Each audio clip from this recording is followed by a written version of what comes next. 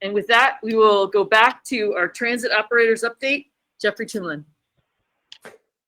Good afternoon, Chair Norton and Commissioners. My name is Jeffrey Tumlin. I'm the Executive Director of the San Francisco Municipal Transportation Agency. We operate the highest ridership transit agency in Northern California, and we also oversee all ground transportation within the city and county of San Francisco. Today, I'm going to talk about the COVID-related changes to our Muni service, our transit recovery plan, how we are centering our work on equity, our pioneering quick build program, and the economic impact of COVID on the SFMTA. Next slide, please. Since shelter in place, the SFMTA has had to eliminate about 3/4 of our transit lines. Early in COVID, we brought our 70-odd transit lines down to 17, shutting down our cable cars, our historic streetcars, our light rail system, and our subway, retreating into a place of radical resiliency on our bus lines, carrying tens of thousands of essential workers every day. Next slide, please. Early in the pandemic, we were also carefully watching the international experience of our peers, particularly in the Pacific Northwest and in East Asia. And we developed a strong economic recovery plan rooted in our values. The Transportation Recovery Plan prioritizes protecting the health and safety of our SFMTA employees and the public, supporting economic recovery in the city, and making a strong commitment to equity and sustainability. Next slide, please. We are now at level 4 of our economic recovery. While economic activity is increasing, schools are still closed, and schools are a key driver of mobility in cities like San Francisco. Next slide, please. The Transportation Recovery Plan is our way of responding to a very new normal, a normal that is going to be with us for years. We are not expecting full recovery to even start until 2023. So in order to survive this period, we need to focus on equity. We experienced completely devastating economic and health impacts early in the pandemic and had to cut a lot of service. So we needed to make sure that we focused every single available service hour on the people who need it the most, the people with the fewest mobility choices, and particularly our essential workers who would otherwise be left behind. Next slide, please. And so we focused most of our service hours and all of our increase in service to the neighborhoods that needed the most, particularly neighborhoods like the Bayview, where even though we have still lost over 30% of our total service hours, we've actually produced an increase in service, speed, reliability, and capacity in neighborhoods like the Bayview.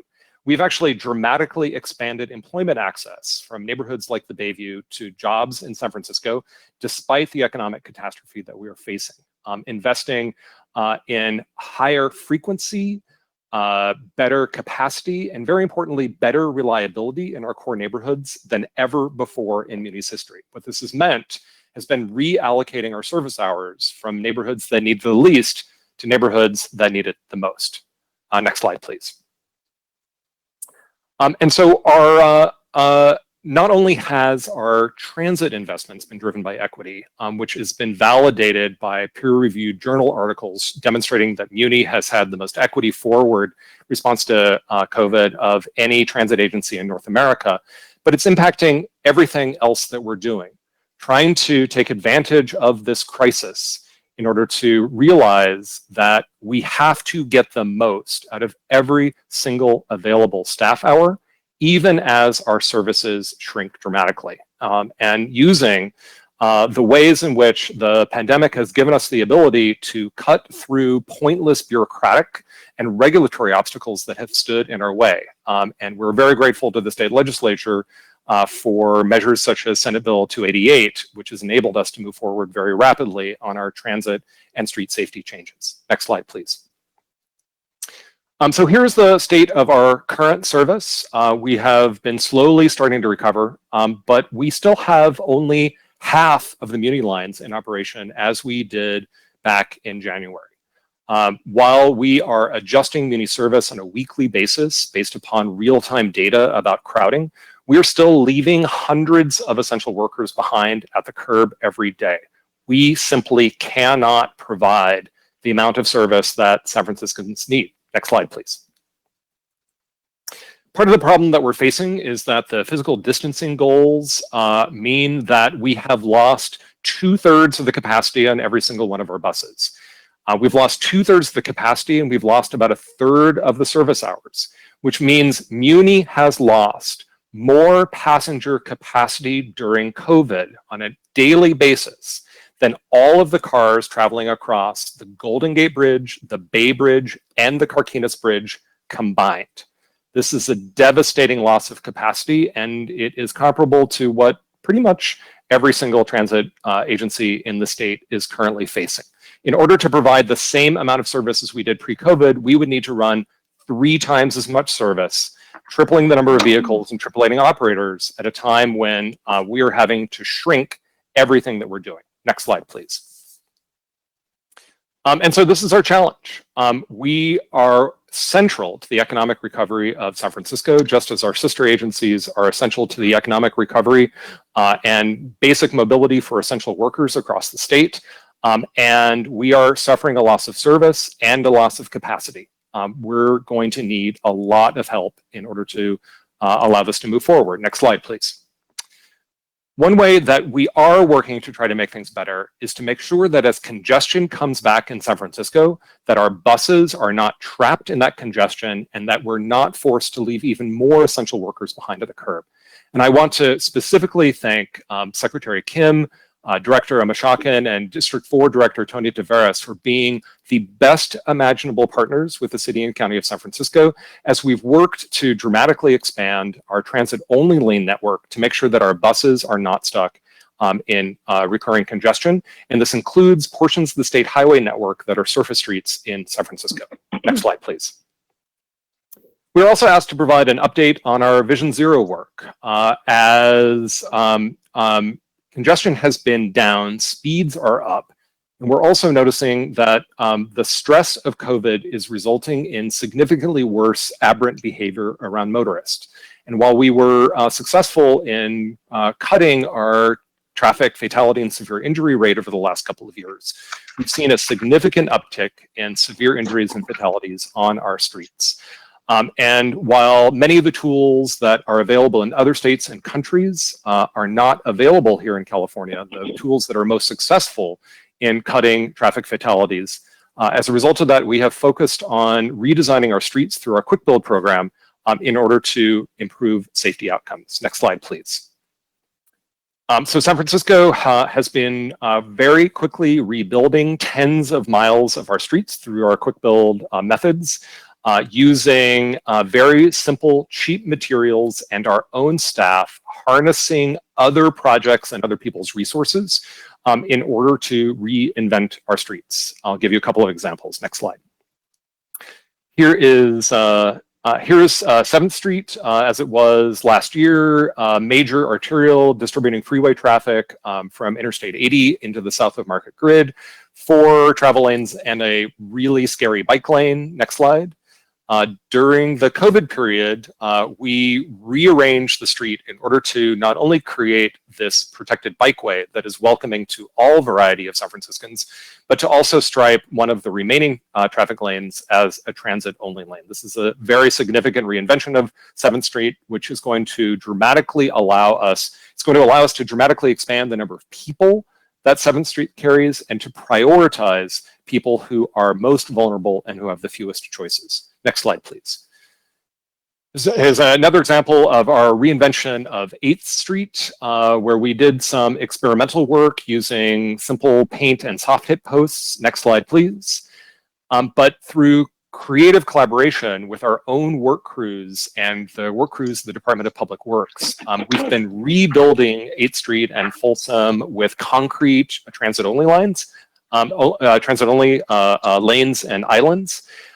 And we've been doing this in a way that has saved a significant amount of money because we've been doing the design work through field design and field adjustment. By taking this work in-house, we're actually saving taxpayer money and delivering work more quickly. Next slide, please. We're also very happy that the state active transportation program team met with our Livable Street staff for a tour of our quick builds.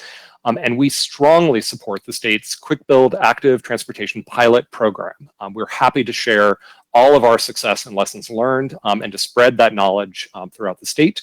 And we're eager to discuss how the ATP Quick Builds Pilot Program can be better served if it were outcome focused and the allocation process streamlined for programs rather than site-specific construction projects. What we found with our Quick Build program is that it is incredibly effective for us to be immediately reactive to other work that is already occurring in the street so that we can tack on our Quick Build interventions in a way that saves money and improves speed. Next slide, please. This is our final slide.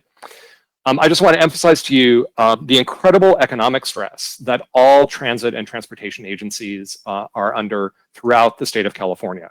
We are all scaling back every single one of our services. For transit agencies, the economic impact of COVID is the worst in our history, significantly worse than the stresses we faced during the Great Depression. At the same time, we are also all working hard to support the people of California, particularly those most impacted by COVID. We have frozen our muni fares, we've waived taxi fees, we've lowered parking meter rates, and we've dramatically reduced low-income tow and boot fees. At the end of the day, the drastic reductions in fare revenue, parking revenue, and general fund, we have lost between 50 and 95% of every single one of our fund sources. This is putting us in an extremely difficult place. And while we've worked hard to eliminate overtime, to cut our consulting projects, and to shrink all of our staff through attrition, our CARES funding runs out in December. And while our reserves will get us through a little bit, absent significant additional outside funding from state or federal sources, we fall off a financial cliff in 2021. We need a bridge to get us to the 2022 ballot, which is our only hope for raising additional local funding to sustain the services that we have now, let alone get us back to where we were in January, let alone deliver the transportation systems that Californians so sorely need. Thank you so much for your time. Wow, I want to thank you for a tremendous presentation. I take the points about radical resiliency, and I want to commend you for having the most equity forward response in North America. Those are very significant. And I wanted to ask my colleagues, commissioners, if you had any questions of Mr. Tumlin. This is a very effective presentation. I think you share the situation of many about being concerned about where funding is in December and what needs to happen to fill the gap. And so I think that's going to lead to some of our other items coming up. But I thank you for teeing up this conversation very, very well. Thank you very much for this presentation. Thank you. With that, I'd like to go to appropriately item 16 in the budget and allocation capacity. Paul and Keith, are you ready for us? Yeah. Commissioners, tab 16 is an information item. Keith Duncan from Caltrans will provide an update on the state budget as well as our allocation capacity. And with that, I'll turn it over to Keith.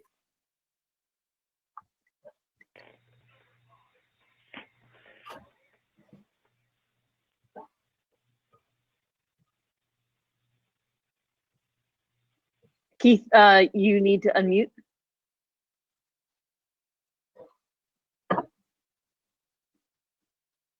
Okay, am I coming clearly now? You are now, yes. Okay, my apologies, technical challenges for myself. Thank you, Madam Chair, Commissioners. My name is Keith Duncan with Caltrans Division of Budgets, and as mentioned, I'll be providing the budget and allocation capacity update. I know there was a question asked earlier. If it's okay, we'll a couple slides into the presentation, I'll be able to provide an update regarding the redistribution question that was asked. Next slide, please. To begin, we wanted to provide the Commission a quick update how we're progressing through this fiscal year. Through August, the Commission has allocated about $1.9 billion, or 27% of the total available allocation capacity of $7 billion across all transportation programs. A couple of highlights, as noted in the slide. The SHOP program, we've already allocated almost $1.4 billion. which on 96 projects, which accounts to about 42% allocated for the year. The STIP program already allocated about 181 million, which represents about 31% of the total capacity. And the Solution for Congested Corridors program already allocated 150 million, which represents about 40% of that total capacity. Based on today's agenda, we have a little over $800 million for your consideration to be allocated. So we do have another nice amount of allocations that can be placed on valuable transportation projects throughout the state. Next slide, please. Okay, the August redistribution. Initially, Director Omashakin and Mr. Romano had covered the majority of the topics. So when it comes to August redistribution, the federal highways being able to redistribute the funds. California was quite successful. Again, 494 million, just under 500 million. Of that, about 312 was for Caltrans for the state and about 182 for local assistance. We were able to reach out to our Division of Local Assistance contacts. Thank you to Dee and team for mobilizing for some responses. Initially, when it comes to the August redistribution process, as we understand it, we had about $65 million worth of projects from our local agencies, local partners, that were in the queue in anticipation of August redistribution to come to us. When we received word from the local side that it was in excess of 181 or 182 million dollars, the local assistance team then immediately mobilized and started to reach out to both through Sacramento as well as through our districts, reaching out to the local agencies, and we were able to go from the 65 that was in the queue up to 157 million. So in such a short amount of time, we know August redistribution, we see word of how much we have available for the state. We only have a few weeks in order to quickly obligate it. So we do want to assure you that of California's entire amount, the 494 million, we did obligate the entire amount. No money was lost. The roughly 24 million that was not able to be obligated on local assistance projects, we were able to obligate to the SHOP program. One of the things we want to make sure that is perfectly clear, we would most definitely be willing to provide additional funds in this new fiscal year to make up the difference, to in essence make the local assistance side whole, so we can make sure that that money is put to work on projects, given the short amount of timeline. So I wanted to at least provide that brief update to you. Again, we just want to emphasize this was a monumental task and a monumental amount that the state did receive at 494, the highest ever, at least over the last 10 years. There was a lot of effort to try to make sure we got everything obligated, but we'll definitely make every effort to make the local assistance whole for that 24 million. Next slide, please. Again, this is similar to Director Omashakin and Mr. Romano had already mentioned. For August redistribution combined over the last 10 years, California has received just over 2.6 billion. Texas is the next largest state, which is about a little less than 30% below California. They've received about 2 billion in total over the last 10 years. Florida, Pennsylvania, and New York are third, fourth, and fifth place. Being in California, we are quite competitive, so we're purposely first place, second place, third, fourth, fifth place. But Florida, Pennsylvania, and New York combined each about 1.3 billion in total for the 10 years. Again, Director Omashakin and Mr. Romano provided a variety of details. Next slide, please. This next slide, again, previous to Director Omashakin, is just showing the progression to how California has done over the last 10 years. 2018 was what we thought was a monumental year, receiving about 440 million, and then this last year at 494 was definitely something that we're proud of. We'll continue year after year to be aggressive as we seek additional redistribution funding. Next slide, please. This slide, again, Mr. Romano went over this about the Congress passing the continuing resolution as well as the FAST Act being extended a year, so we don't want to, at a sake of time, we'll go ahead and move to the next slide, please. Okay. Now, one of the items as committed to the last commission meeting, we wanted to check in and provide you an update regarding state revenues. As you all are quite well aware, as a result of the pandemic, the Department of Finance, through the governor's May revise, had reduced our revenue projections across our 5 primary transportation sources for both the last fiscal year and current fiscal year. In total, across both fiscal years, we were looking at about a $1.9 billion in lost revenue with about $620 million in 1920, and the remaining a little over $1.2 billion to happen here in 2021. So in this slide here, there's two tables. The top table is referencing how we did for last fiscal year, and then the bottom table is referring to the first quarter of this current fiscal year.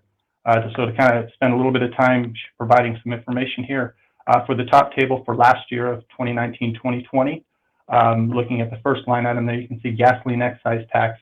The reduced revenue amount was going to be about $6.6 billion.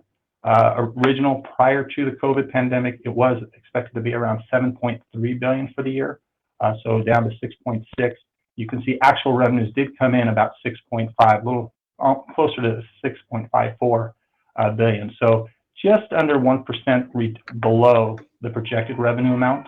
You can see diesel excise tax for last year ended slightly above. Actual revenues did come in slightly above what was projected, as well as for weight fees, diesel sales tax was slightly below, and then the transportation improvement fee was slightly above. But in total, across all 5 transportation fees, you can see the projection for the year was about 11.6 billion, and actual revenues was about 11.6 billion. So our Department of Finance friends did a remarkable job, were remarkably accurate in total to be able to project out to 11.6 billion for the year. As we go into this next fiscal year, for the current fiscal year, for the first quarter, the Department of Finance projection was not broken down month to month. It was just an annual sum. So what we did is we took the total and just divided it by 12 so we can get a monthly average. In just going over a little bit of the data points, for gasoline excise tax for the first quarter, so 3 months of the fiscal year, on average, we expected to receive about $1.7 billion in gas excise tax revenue. Yeah, but through the first 3 months, we actually received a little over 1.6. So we are a little below what the monthly average may be. And I will touch on that on the next slide, provide a little more information. But as you can see, diesel excise tax is slightly above, weight fees is above, and diesel sales tax approximately 40% above for the first quarter, and transportation and road improvement fee about 10% above the monthly average for the first quarter. Again, looking at the first quarter across all 5 major transportation revenue sources, the projection is about 2.9, and we've actually received a little over 2.9. So at least for the first quarter, while we refrain from saying we remain optimistic because it's still a reduced revenue as a result of the pandemic, it is encouraging at least to know that the projections do remain relatively accurate for us. In working with our friends with the Department of Finance, we do expect new, I'll say, reviewed or new projection information to be released in January as part of the governor's Jan 10 budget release. So we'll be able to see if the revenue projections may be increased, remain the same. At this point, we do not see any decrease, but at least based on the first quarter, we can see, barring any unforeseen impacts related to the pandemic, revenue seems to be on track for recovery based on the current revenue projections. Next slide, please.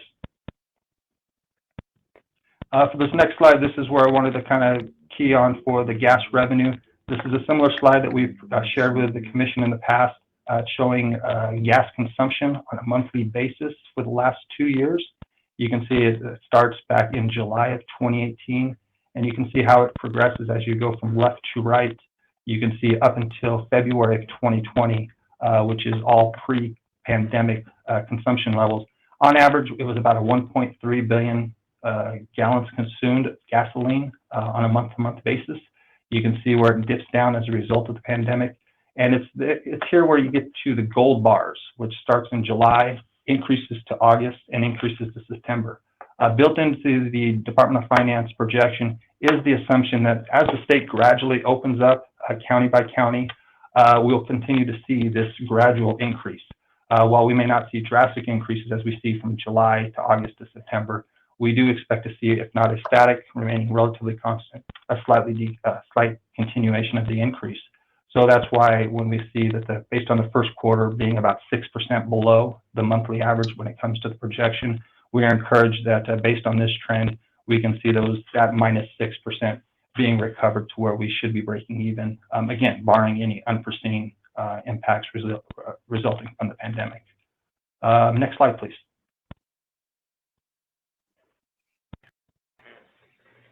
Okay, and with that, a quick thank you to CTC staff and Caltrans programming team for assisting with the presentation today. I'm available for any questions you may have. Wonderful. We do have some questions, and we have public comment. So we'll take public comment, and then I have Commissioner Inman with a question. Okay. Yes, we do have public comment this time. We have Hassan Ekrada. Hassan, you are now unmuted and free to speak. Hassan, you are currently self-muted.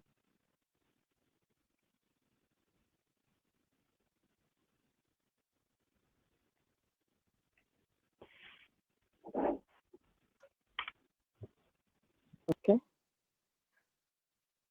While we're getting Hassan's audio up, let's have Commissioner Inman ask her questions. Hi, Keith. Could we go back to the page that shows the diesel excise and sales tax, the actual and the projections? Yes. We can get, there we go. So help me understand why the diesel sales tax percent difference would be 40%. I mean, what are we using? I'm confused just because our numbers were off. I mean, we've had cargo surges and then we were operating at 70%. So these numbers look a little, is it a timing issue or what's up? We're looking into the data. It could be a timing issue, but as we've continued to see through the pandemic, diesel consumption hasn't seen that drastic decrease as gasoline, as goods movement is still going. It's encouraging to see that both diesel excise is up and then diesel sales tax is up. We do know that diesel prices have gone up slightly since last year, so that could also be part of it. But we are looking into the data from CDFT to confirm if that's just a makeup from any leftover revenue from last year. But we're looking into that. Yeah, I think we should, to the extent that, you know, it looks a little out of the norm, and I know that these are unusual times, and you know, we've had driver shortages, then we've had excess capacity, so it's crazy, and the drayage rates have been crazy and everything. But generally speaking, that looks a little strange to me. Thank you. Do we have Hassan Ekrada back? Yes, can you hear me? Yes, we can. Great. Chair Norton, Commissioners, good afternoon. Thank you for giving me a minute. It's good to see all of you. And Chair Norton, was good to see you in San Diego a couple of weeks ago. Thank you. And every day is a good movement, is a freight day, Commissioner Inman. So I have to say that in every speech I give. It's an essential freight day now, Hassan. Yes, I changed it. Absolutely. So I thank you for giving me a couple of minutes. So I'm here today to ask for an advance allocation of STIP funding for the remaining I-5 North Coast Corridor. And for those of you who are not familiar with this is what we call a complete corridor. It's actually an example of how the California should move forward with projects. It's I-5 consists of doubling the track, adding capacity to the freight and passenger rail, building high occupancy vehicle lanes and converting it to hot lanes, high occupancy toll lanes on the 5, building bikeable trails and walkable trails along the way. So it's a multimodal approach to a corridor in San Diego. This project has part of it a 13-mile HOV, which would be converted to high occupancy toll. We had the last segment of the phase 1 improvement includes HOV in Carlsbad from Palomar Airport Road to State Route 78. This segment is programmed in the 2020 STIP as a 3 individual project with funding in fiscal 2023, 89 in total. STIP capacity was insufficient to program the project in fiscal 2021 at the time of the 2020 STIP was approved. Working with commission staff, we split the project into 3 separate categories.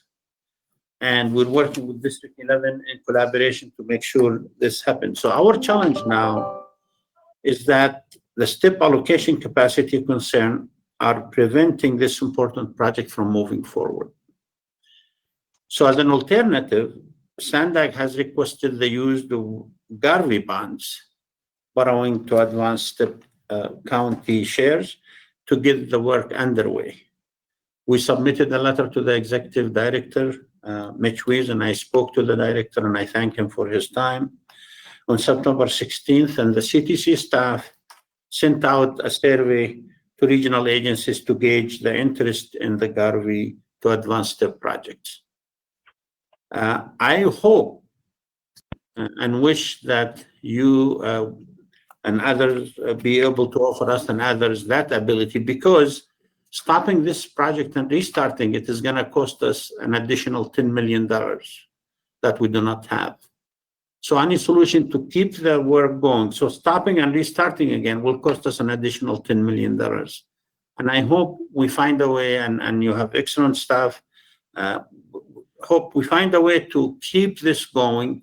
And this is really a critical project that's moving on, keeping people working in this awful pandemic that's hitting all of us. So I ask you for your allocation for the GARE bonding or whatever other mechanism you see necessary and needed to keep this project going. And again, I want to thank you, Chair Norton, and thank all of you commissioners for listening. Be happy to answer. Thank you very much. Before we get to that, we have a request from Mitch Weiss to speak, and I'll have him before you answer. Yeah, so just to jump in, Hassan had sent me a letter, and so we have reached out to other regions to inquire about the demand for GARE bonds. For the new commissioners, GARE bonds are a type of bonds which the commission can issue for STIP or SHOP projects that are repaid with future federal funding. And we've reached out, we've heard from at least one other county of their interest. I think the deadline is coming up by which we ask people to get back to us. We'll then work with Caltrans. There's a process of determining the GARE bonding capacity. We have to work through the treasurer's office, but we've already initiated that process to figure out how we can keep these projects moving forward and advance projects that are ready to go absent other funding. Okay. Is there any other response besides the one that Mitch Weiss gave regarding the STIP advance and other things? No, what Executive Director Weiss just mentioned is definitely something that we're working together to look into. Great. And Okay. Commissioner, just so we're clear, I'm really grateful for Mitch and his team. They're amazing people to work with. And I also did speak in District 11, which we're working with very closely here in San Diego, did speak to the headquarters about the potential for this. Thank you. Thank you very much. Are there any other questions on this report? If not, we have our report on equity next. Thank you very much, Keith and Paul, for your very thorough report to us. Thank you. With Happy that, Bridget, if you'd start us off on the interagency equity efforts and coordination. Yes, thank you, Chair Norton. Mm-hmm. Commissioners, tab 17 is an informational item, and I am joined today by Avital Barnea at the California State Transportation Agency and Jeannie Ward-Waller at Caltrans. And I think to test their audio, I might ask if they could introduce themselves. So I'll start with Avital. Thanks, Bridget. Yeah, as Bridget said, I'm Avital Barnea, Deputy Secretary for Transportation Planning at the California State Transportation Agency. And I also serve as CalSTA's Equity Manager. And Jeannie? Good afternoon, Commissioners. Jeannie Ward-Waller, Deputy Director for Planning and Modal Programs at Caltrans. And hopefully my dogs won't introduce themselves while I'm talking. Thank you both. So we're joining you today to provide an update on the work we're doing at our 3 agencies to promote transportation equity. And we hope to highlight ways in which we're coordinating to achieve our shared goals. Next slide. The Commission, the California State Transportation Agency, and Caltrans are committed to fostering transportation equity, particularly for people of color and underserved communities in California.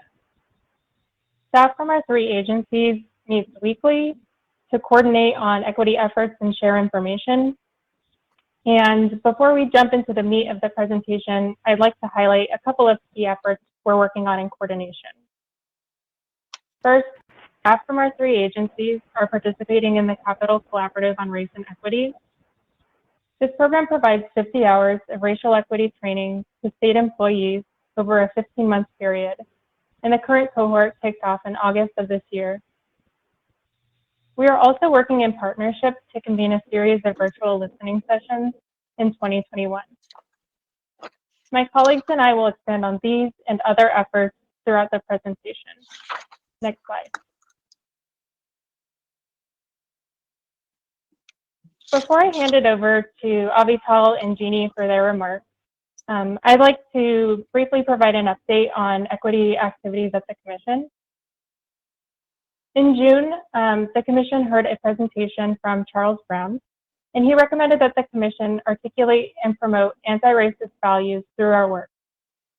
We've been working internally to increase training and education in this area, and staff and commissioners are working together to develop an anti-racist statement that we can bring to a future Commission meeting.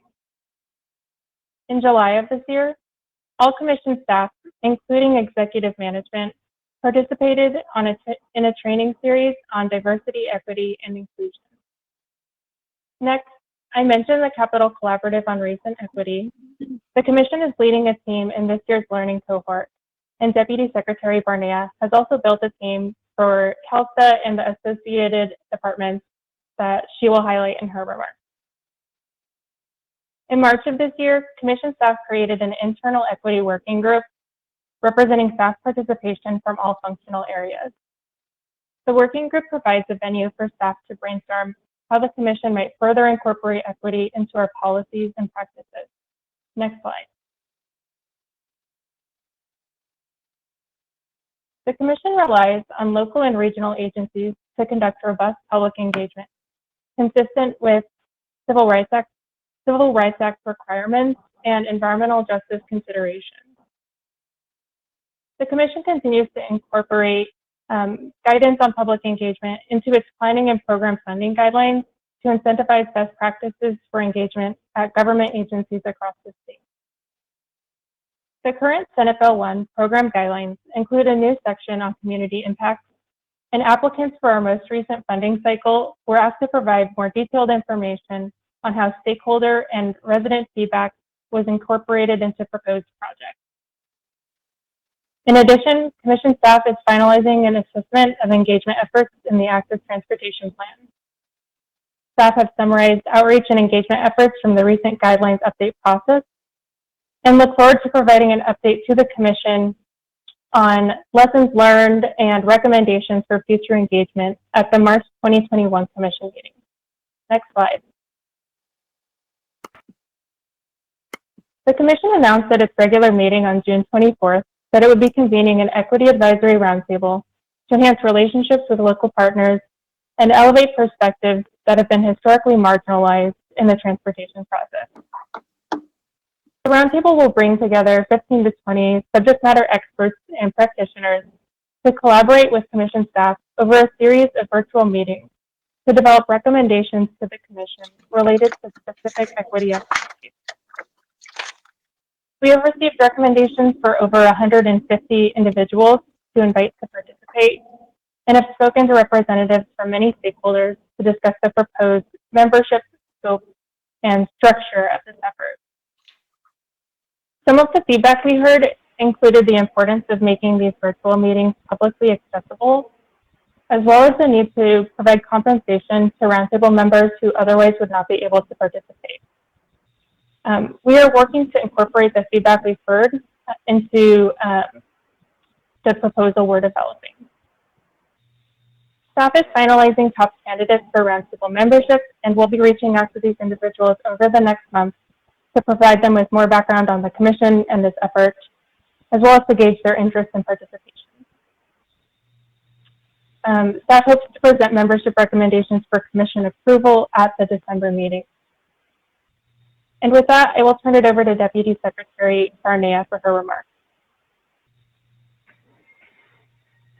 Thank you so much, Bridget. We can go to the next slide, please. So as you all may recall, in June, Secretary Kim released a statement on racial equity, justice, and inclusion in transportation following the killing of George Floyd and the rise of racial injustice protests this summer. I'd like to call out here a few portions of that statement, particularly acknowledging the history that transportation decisions have made in dividing communities and amplifying racial inequalities, predominantly in our Black and brown neighborhoods. In response, Secretary Kim has made it publicly known that CalSTA firmly embraces racial equity, inclusion, and diversity, and we see these values as being foundational to achieving a cleaner, safer, more accessible, and more connected transportation future. While the statement is powerful, we must put actions behind these words to address the problems of systemic racism. So in response, CalSTA is working to promote policies and programs that reflect principles of diversity, equity, and inclusion. And as you will learn in this presentation, we are also working with stakeholders to identify areas for improvement. Next slide, please. An initial commitment we've made in this area is to educate ourselves in the history of systemic racism in government and bring together staff from the departments under CalSTA to work to advance racial equity. As you learned from Bridget a few slides earlier, CalSTA has also sponsored a Capital Collaborative on Race and Equity team, which consists of 16 staff from CalSTA, the California Highway Patrol, Caltrans, the Department of Motor Vehicles, the High Speed Rail Authority, the New Motor Vehicle Board, and the Office of Traffic Safety. Our team has so far researched the racial history of our departments, examined the racial breakdowns of our staff, held conversations on experiences with race with colleagues who are not taking the training, and developed a root cause analysis to determine why some Californians do not experience safe, equitable, and inclusive transportation. Our team meets regularly and in conjunction with the commission team to share information and collaborate on homework assignments. The final deliverable of our 15 months of training will be the development and adoption of a racial equity action plan. Next slide, please. While we see the internal focus of racial equity education to be very important, we must also work externally to right past transportation wrongs.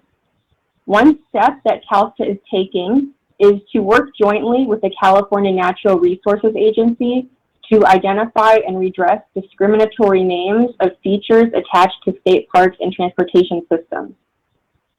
This effort comes in the wake of a national conversation about the names of geographic features, markers, and statues affiliated with the Civil War, genocide of Native Americans, and other remnants of institutionalized discrimination.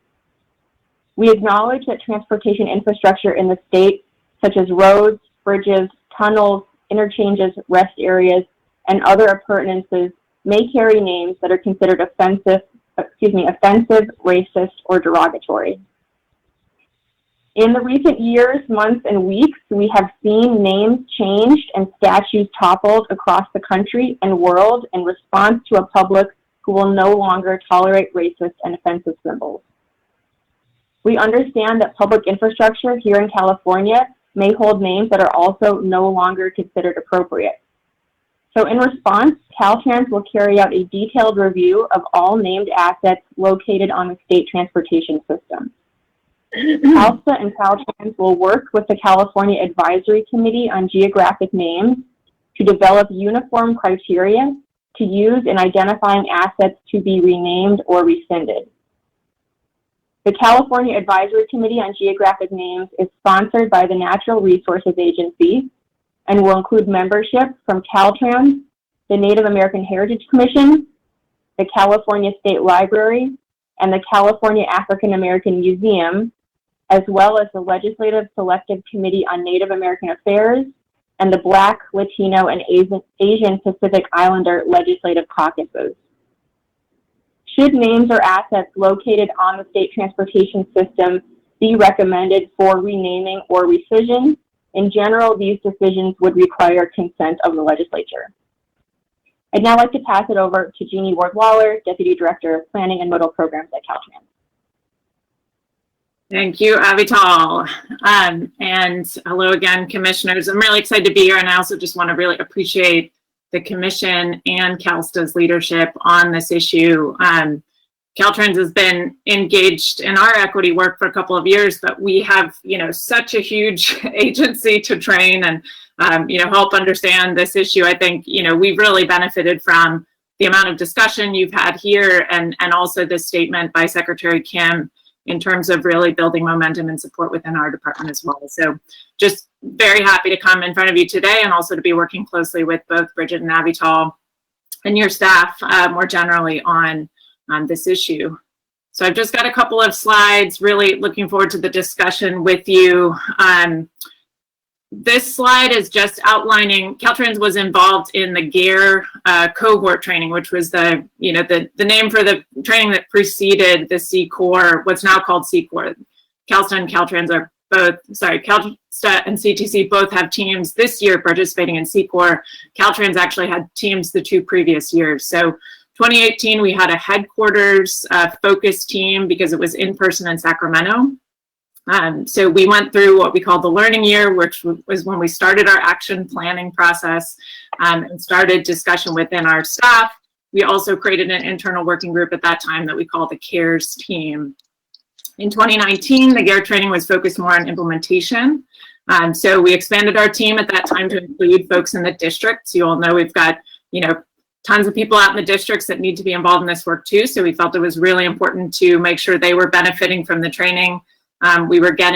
We spent a lot of time with our executive board on this issue, gave them a number of presentations, and then finally got to a place where we could adopt an action plan at the end of 2019, about a year ago. Next slide, Bridget. And then I'm happy to let you know that just in August of this year, we actually created an office within Caltrans. This is within Planning and Modal Programs, so it reports directly to me. And is focused on these activities. I think first and foremost, this internal work to really train and educate our staff on what equity means, how it relates to transportation, what we can do to implement and advance equity in our work. So that's kind of the first big task for us, is to do that internal homework. We are also really trying to accelerate our planning work and outreach and engagement to disadvantaged communities, making sure that we're really engaging communities meaningfully in our projects and planning work. We're doing quite a bit on the policy side. We're currently in the process of developing our update to our strategic management plan, and we will have an equity goal and equity as a value in that plan. So the policy and program review work is really important. And then finally, we've elevated our Native American Liaison Branch, which was previously within our planning division and is now within this Office of Equity, to really elevate our work with tribal governments. That's certainly been a big emphasis and focus for the governor's office. So we want to make sure, that's an important piece of our equity work as well. So in terms of current activities, maybe if you can jump to the next slide, I just have a couple of things that are ongoing. We continue to conduct a lot of internal training. We really hope to develop a whole curriculum for our staff that's tailored to different job classifications, whether it's construction or maintenance or planning. There are certainly different considerations depending on where you sit in the department and how this work impacts you.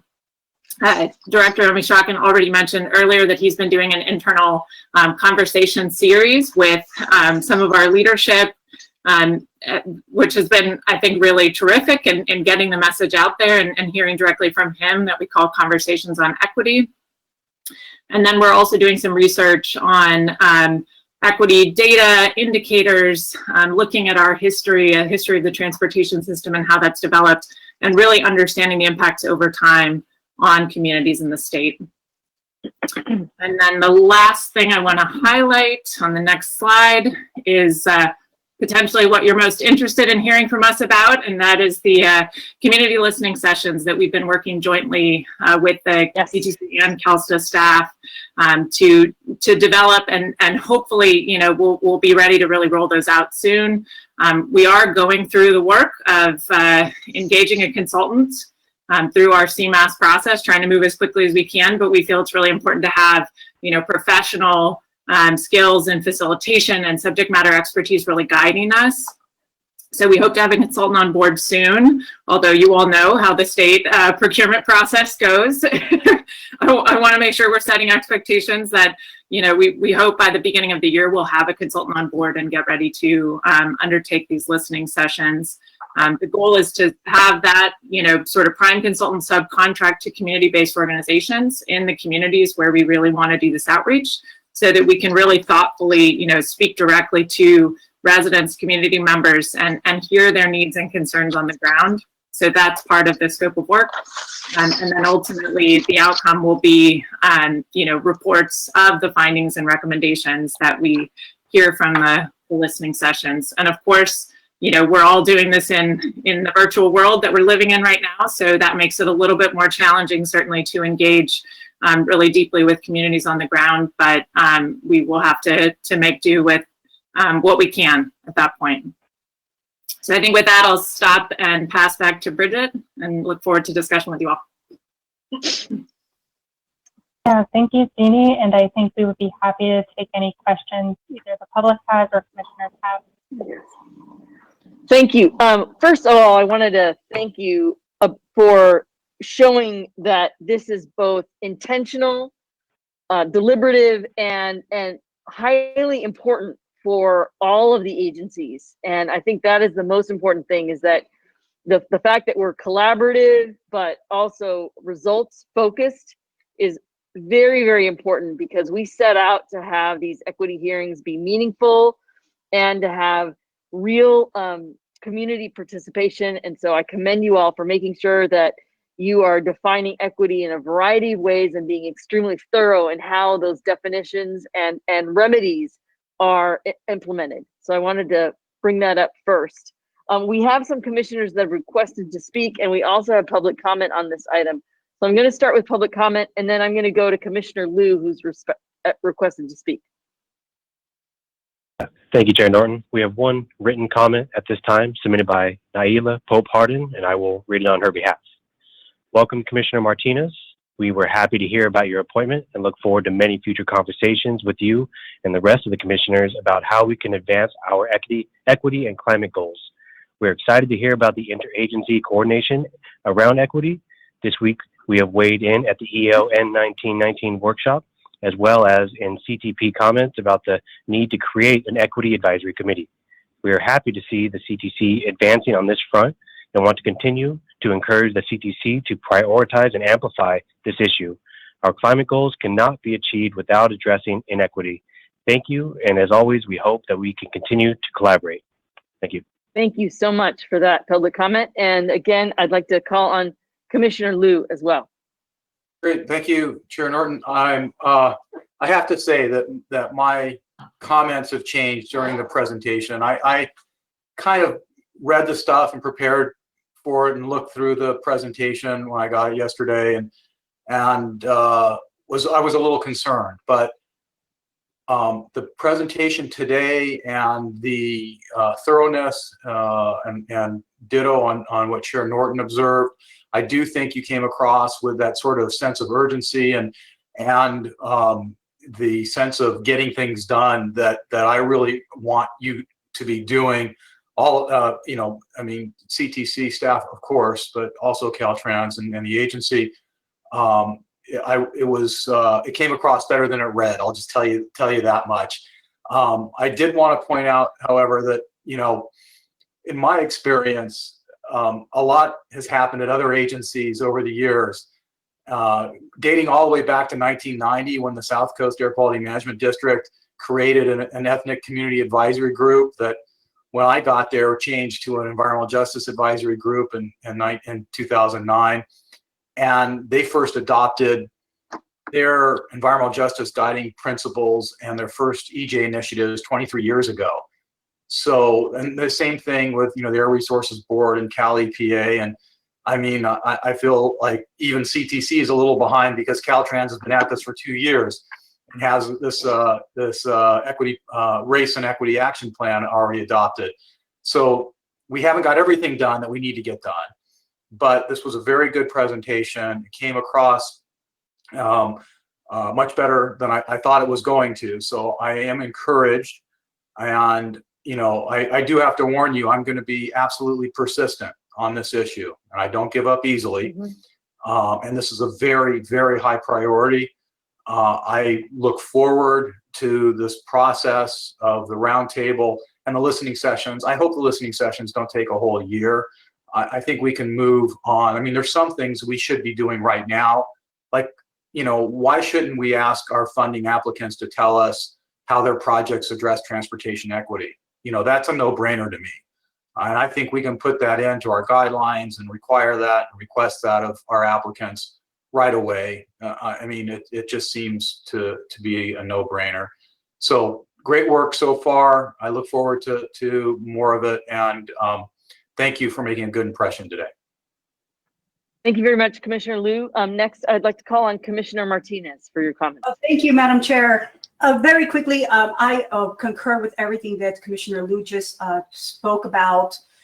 The other thing that I wanted to highlight, and he just mentioned at the very end, is that a lot of our partners are doing great work as it pertains to equity in transportation. One great example, I was just on the call with the Orange County Transportation Authority and all the great work that they're doing as it pertains to equity and ensuring that they continue to lead in that forefront. Without even this discussion, they've already been leading in those efforts, and it would be fantastic for us to see a lot of that, of those other agencies doing this. I'm sure they're doing the same.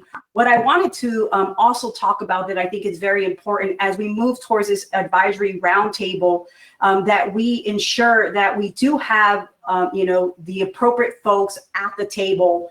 And, as I've been on a listening tour, just, in my new role here, is I've been hearing they want to make sure, and they've iterated to me, and I'm sure to many of the commissioners, that we are able to get folks, not just those that we work with in the world of transportation, but more importantly, having the faces of those at a hyper-local approach. There are many times where, it's great to have NPOs, and I hope that they're at the table, our transportation agencies, but as well, there are a lot of other groups and nonprofits and other organizations that are doing a lot of great work and are on the ground. And I think it's imperative for us to collectively bring all those folks together. I know we can't have, a advisory roundtable of 50, 60 people, we'll never get much done, but I think it's imperative that we find ways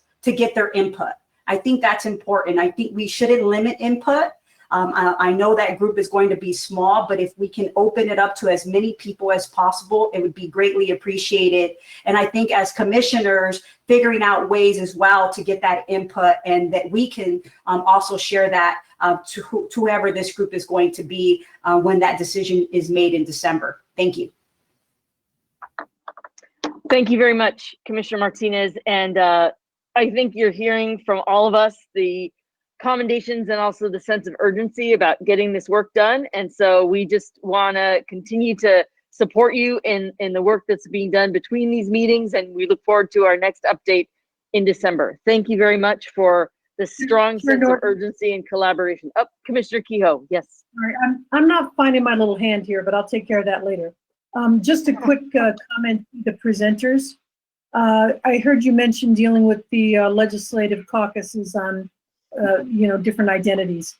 Are you going to also, is the Women's Legislative Caucus and the LGBTQ Legislative Caucus on your list of groups to talk to? Because obviously all these different identities intersect, right? Yeah, so I think this is in reference to the California Advisory Committee on Geographic Names, which is sponsored by the Department of Natural Resources, and they have identified the different legislative caucuses to serve in that group. I'm not sure if they'll be expanding it to the other caucuses that you mentioned, but we can certainly talk to them about that. Would you please, and let me know what the response is? I would, the renaming of highways and things in honor of different state employees is overwhelmingly male and usually, but not always, white. So we need to broaden that discussion a lot. So thank you very much. Whatever you can do on that would be great. Thanks. Excellent.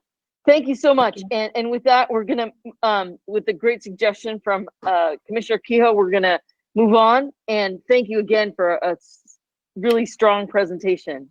Item 18, we are now on the evaluation of Caltrans effectiveness in reducing deferred maintenance and improving conditions on the state highway system. Terry? Thank you, Chair. Commissioners, item number 18 is an action item. As required by Government Code Section 14526.7B and Streets and Highway Code Sections 2032.5, Caltrans reported to the Commission at the June 2020 CTC meeting on progress towards meeting the targets and performance measures established for state highways. Streets and Highway Code Section 2032.5C states that annually the Commission shall evaluate the effectiveness of Caltrans in reducing deferred maintenance and improving road conditions on the state highway system, as demonstrated by the progress made toward achieving the goals set forth in SB1. As reported by Caltrans, it is exceeding the approved benchmarks for culverts, all classes of pavement, and transportation management systems. Achieving these benchmarks is evidence of progress towards reducing deferred maintenance and improving road conditions on the state highway system. However, for the second year in a row, Caltrans did not achieve the yearly benchmark for bridge health, and future target conditions are not likely to be met without corrective action. Caltrans did note that they are evaluating the targets for the fair condition category and would work with Commission staff on potential recommended changes. Commission staff is concerned with the reporting on the condition of the supplementary asset classes. The reporting on the conditions was from data that was almost 2 years old. Staff feels that the reporting should be from a data set that is more current. Staff also met with Caltrans to discuss their ability to reach the 2027 targets. Caltrans stated that the targets were aspirational goals and couldn't be reached without additional funding for those asset classes. Commission staff recommends that Caltrans work to identify targets that are achievable based on the current levels of funding and report those to the Commission at a future meeting. Staff recommends that the Commission approve the findings of this evaluation and that the evaluation be included in the Commission's annual report to the legislature. This is Commissioner Guardino. I move staff's recommendation. Do we have a second? I'll second, Commissioner Inman. Thank you. With a motion and a second, we'd like to call the roll, Douglas. Commissioner Alvarado. Yes. Commissioner Burke. Mm-hmm. Commissioner Burke. Thank you. Aye. Commissioner Davis. Commissioner Davis. Aye. Commissioner Eager. Aye. Commissioner Guardino. Aye. Commissioner Inman. Aye. Commissioner Kehoe. Aye. Commissioner Liu. Aye. Commissioner Martinez. Aye. Commissioner Tavaloni. Aye. Chair Norton. Aye. The motion is approved. Great. Now we're on to item 19, the status of the 2020 SHOP Complete Streets Reservation. Terry? Thank you, Chair. Commissioners, item number 19 is an information item to provide the status of the Complete Streets Reservation for the 2020 SHOP. At this meeting, Caltrans is proposing amendments and supplemental funds requests to 18 existing projects that would utilize almost $44 million from the $100 million Complete Streets Reservation that the Commission approved at the June 2020 meeting. These changes would augment existing state highway system projects with additional bicycle and pedestrian features.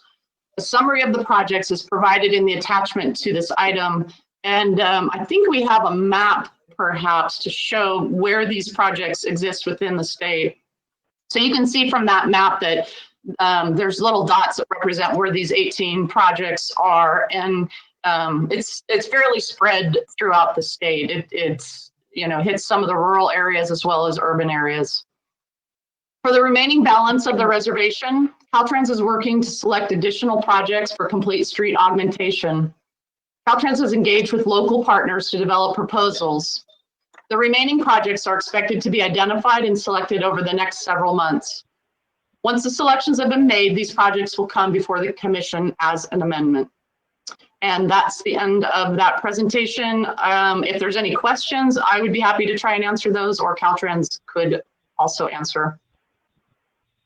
Okay. Are there any questions from the commission? And seeing that we have no public comment, I appreciate that, Terry. Thank you. And we are going to move on to item 20, the comments on the draft California Transportation Plan 2050. Good afternoon, Commissioners. Tab 20 is an action item. Staff is seeking your approval to provide comments to Caltrans on the draft California Transportation Plan 2050. The Commission does not have a statutory role in approving this plan. However, we do review and provide comments. Staff has reviewed the plan, and a draft comment letter is attached to the book item. Our comments focus on a few themes: the need for clear planning assumptions and recognition that the plan is not fiscally constrained. We also highlight the importance of Caltrans working with public and private partners during plan finalization and implementation to help ensure that the plan is implementable and that performance measurement over the planning period is identified and carried out. Within the letter, I do have a minor editorial revision to propose to comment number 3 to help clarify its meaning. In the last line of comment 3, we propose striking the words "still necessary to meet climate goals" and including some different language that better articulates the intent of the comment. So if you bear with me, I'll read that revised sentence for you. It begins, for example, in light of the future GHG reductions associated with increased zero-emission vehicles mandated by the new EO, is the vehicle operating cost increase of 50% associated with recommendation number 10 in the plan the most effective and equitable mechanism to help achieve climate goals, or could other strategies in the plan to promote mode shift be emphasized? So with that revision, we recommend your approval to finalize and transmit the letter to Caltrans. Thank you very much, Laura. We have a couple of commissioners that would like to speak on this item. I'm going to call on Commissioner Davis, and after Commissioner Davis will be Commissioner Liu. Yeah, I wanted to take like 15 seconds to go back to tab 8 and thank Caltrans Director Omashakin for his reference to the fatality on the 110 last night at 3rd Street exit. That was a union contractor signed with our union, a woman-owned minority business, and the member of our union that was killed was actually her brother. So that's the information I have at hand. It just goes to show how dangerous this work is that the tradeswomen and tradesmen perform every night while people speed by on their merry way. If you want to go out for a real thrill, get on a night job, even if you're on the other side of the K-rail on those freeway projects. It tests your fear level. So thank him for those recognizing that fatality. As it relates to tab 20, I just think that we need to make sure that Caltrans is accelerating what they're doing to explore the different ways to replace this revenue, to find new resources, and to create the hole where the revenue is going to exist, and that we don't create additional equities in transportation that end up affecting low-wage workers, essential workers, workers who have no choice but to be in a vehicle driving, sometimes 100 miles each way to get to work, and make sure that they're not making decisions that put a business like this, minority women-owned business, in jeopardy of being able to function because she doesn't have the resources to be able to stay in the business.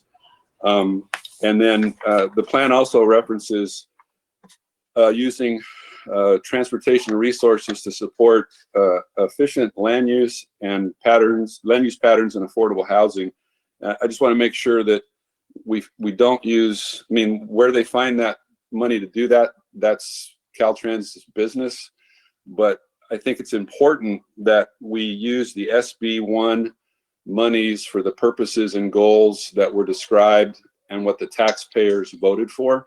And Mr. Tumlin from San Francisco talked about 2022 and something on the ballot in San Francisco in order to help them figure a way to get through and make up their budget shortfall.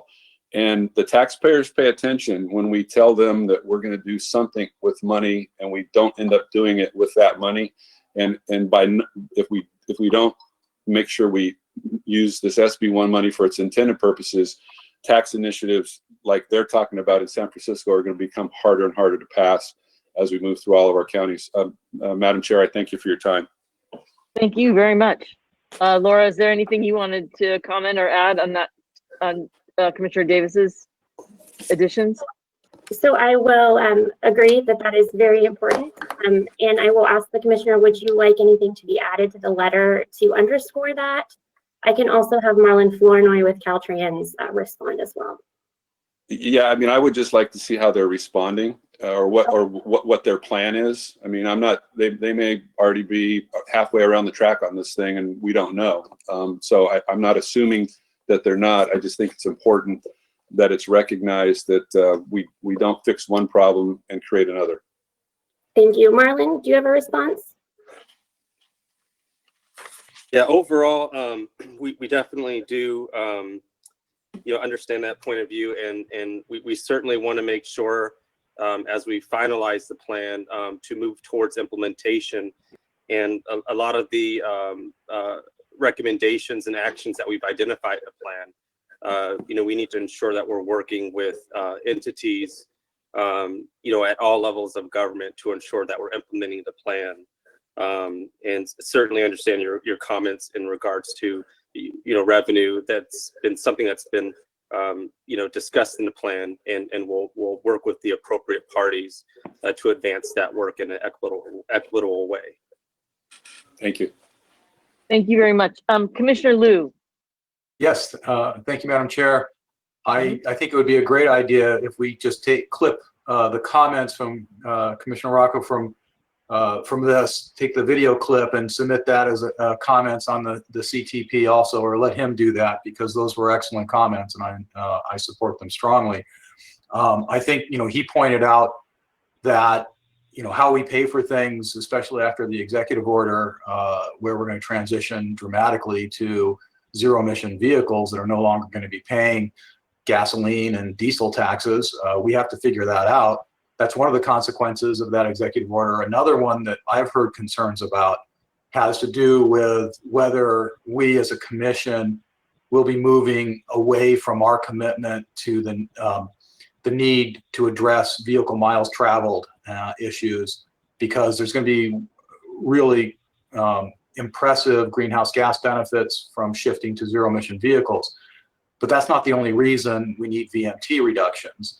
And let me just stop and say that I have to say that I was very impressed with this document, and generally speaking, I support it 100%. It really touches on a lot of very important issues, and it demonstrates how we have to be thinking about and approaching transportation over the course of the next 30 years. So I'm very supportive of that. I think the letter is very good, but to me, it seems obvious that getting back to this concern about VMT, we need to address VMT in many urban and suburban areas where congestion is still a problem, no matter what our greenhouse gas benefits of going to zero emission vehicles are. Because, if you're stuck in bumper to bumper traffic in San Francisco or Santa Monica and in your Tesla and everybody else is in their Tesla too, you're still in a traffic jam.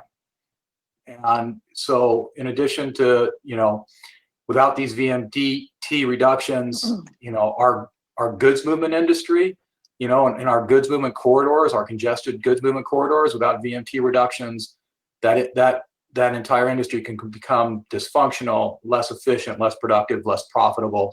We and impact a lot of communities that are situated along those corridors.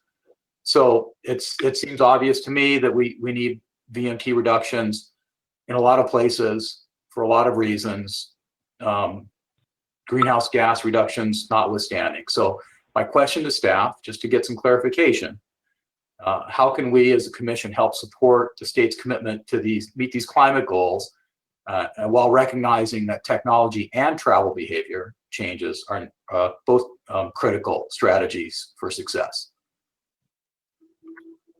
Thank you, Commissioner Liu. So I can affirm for you that here at the Commission, we absolutely recognize the benefits of achieving climate goals go beyond improving air quality and reducing greenhouse gas emissions through electrification of the transportation fleet.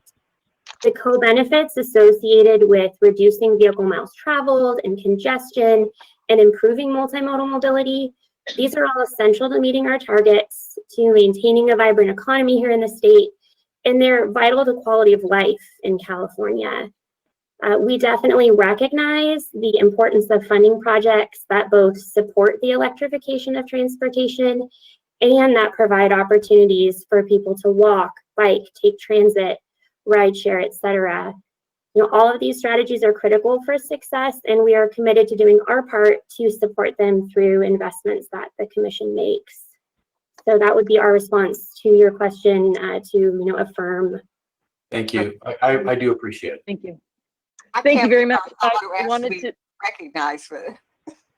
Okay, Commissioner Burke, I will call on you after I call on Commissioner Martinez, but I appreciate that you raised your hand through this process. So, Commissioner Martinez. Thank you, Madam Chair, and I'll try to be very quick here. One of the questions I had for staff is what's the alignment with the RTP and the SEC, the SCS?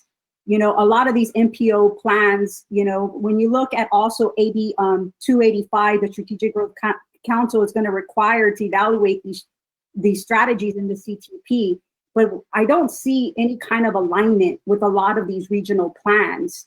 And there could be some unintended consequences. And this is why I always focus on this hyper-local approach. A lot of the stuff that we do at the state level sometimes doesn't translate to the local level. And then we see these unintended consequences. And so, it's great to be ambitious because I'm certainly a person that is extremely ambitious, but I'm also very cautious to ensuring that we integrate plans and that we're interconnected, because some of these mandates, again, could have unintended consequences for our MPOs and our regional transportation authorities. Thank you, Commissioner Martinez. I'd like to give Marlon Flournoy with Caltrans as the owner of the plan an opportunity to respond to, essentially how the regional plans inform the preparation of the CTP and how they're aligned and connected. Yeah, sure. One of the processes that we have to go through as we're developing the plan is modeling out, the outcomes that we're seeking, specifically towards meeting our greenhouse gas reduction targets. And so that modeling process does include us looking at all of the regional plans across the state and including that as part of our baseline analysis. And then once we have those plans in the model, then we look at additional measures that would be required that allow us to get to the greenhouse gas targets. So having said that, though, there are a series of recommendations across the plan that do, I think, align with what the regions are doing. Specifically, pricing on facilities, that run through the regions. Other strategies, including multimodal connectivity, rail transit, bike ped facilities. And so, certainly, we've done a lot to ensure that we are looking at all the plans across the state. And one of the challenges that we had with the plan is getting to our greenhouse gas reduction target. So there are additional measures that need to be taken on top of what the regions are already doing.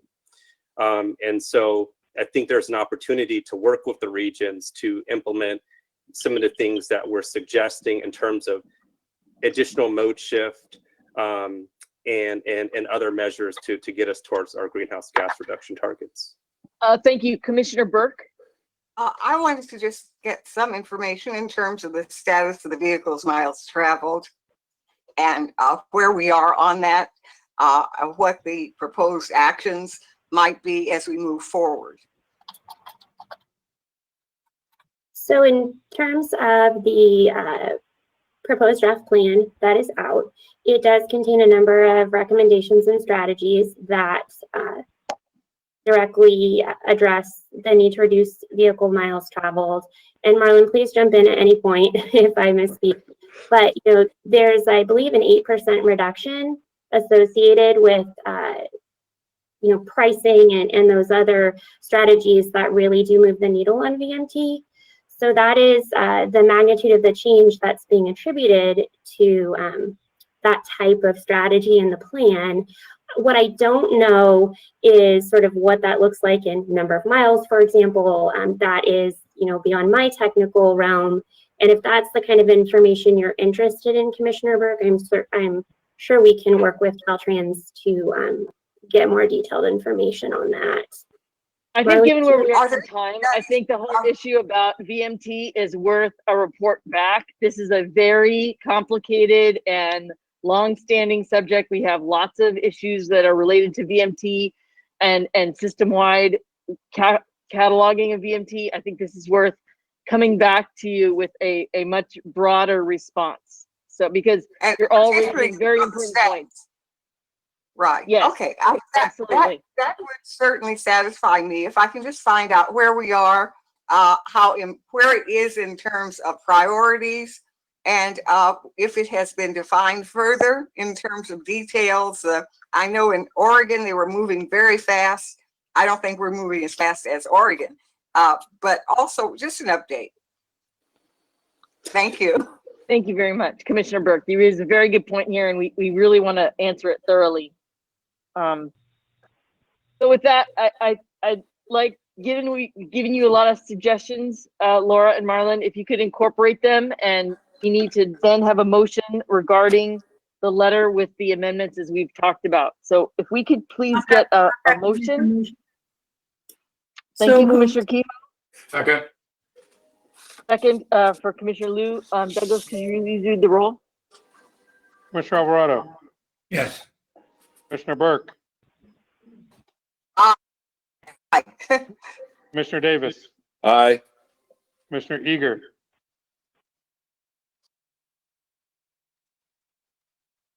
Commissioner Eager. Commissioner Gardino. Aye. Commissioner Inman. Aye. Commissioner Kehoe. Aye. Commissioner Liu. Aye. Commissioner Martinez. Aye. Commissioner Tavaloni. Aye. Chair Norton. Aye. Chair, the motion is approved. Okay, with that, we're going to move to item 21, update on Interregional Transportation Strategic Plan. Commissioners, tab 21 is an informational item for Caltrans to provide you with an extremely brief update on the ITSP.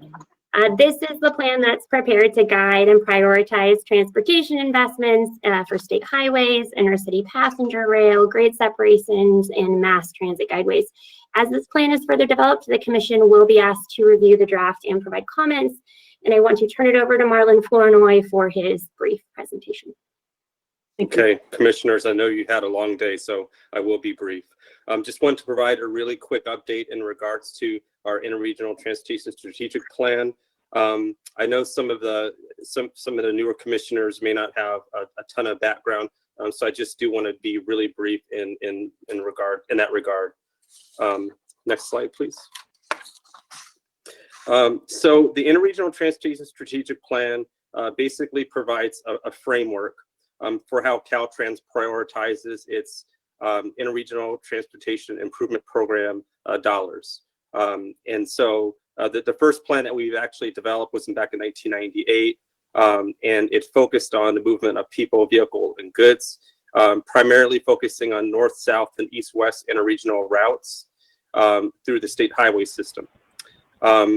Fast forward to 2015, we actually had a legislatively mandated deadline to meet in regards to developing that plan.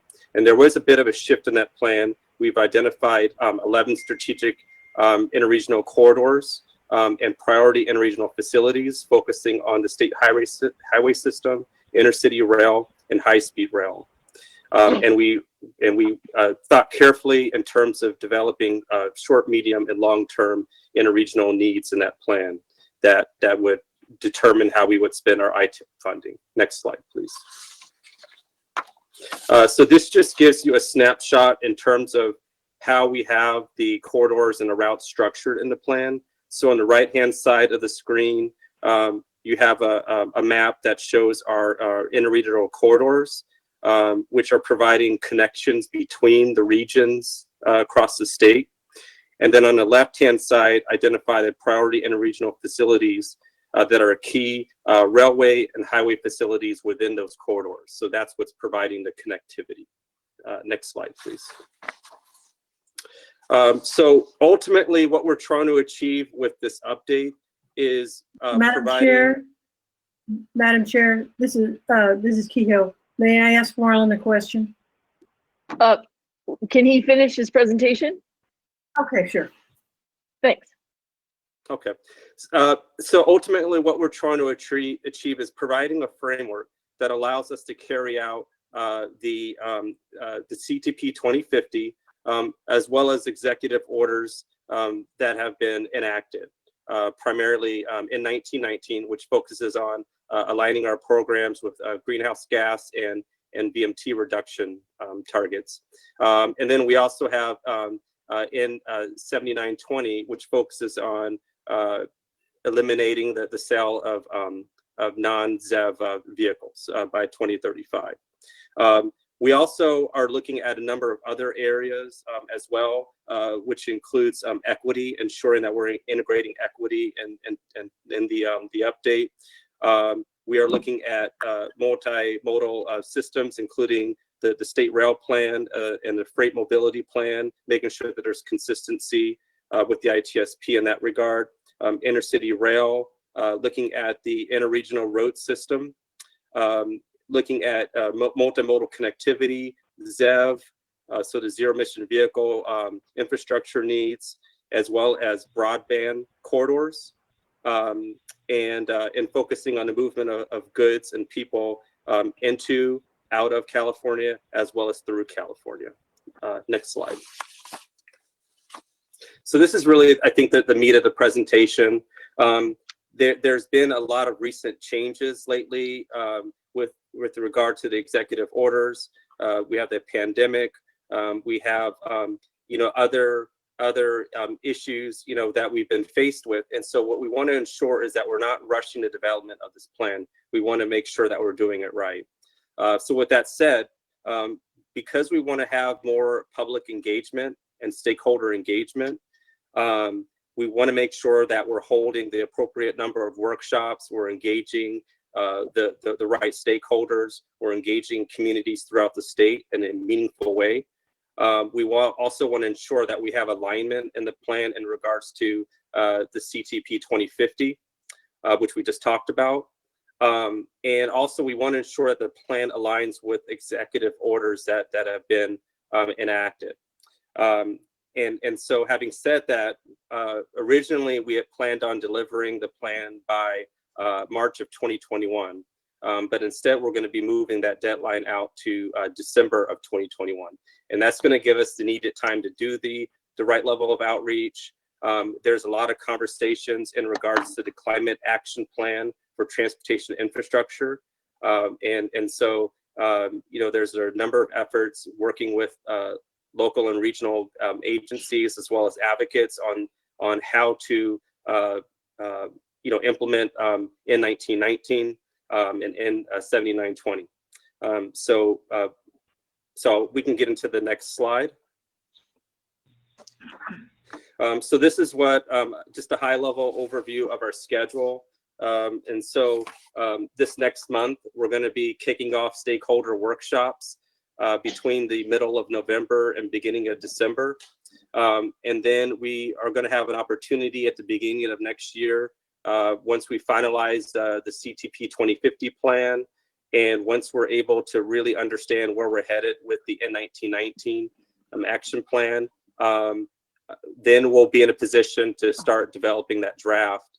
And sometime in the summer, July, August, we'll be releasing that draft to the public to get their feedback. We'll be holding workshops to make sure that we're getting that feedback, and then basically closing out that public comment period around October, and then looking to finalize the plan by the end of the year. So that's a high overview of our schedule. Thank you so much. And I definitely want to start with Commissioner Kehoe. Thank you, Madam Chair. Marlon, can you go back to the slide that has the map of California? Sure.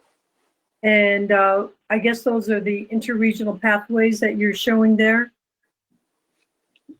Yes. So go ahead. Tell me a little bit more about what the colors mean. Yeah, so the colors differentiate the different corridors that we've identified. So for instance, that is it traffic volume? I'm sorry?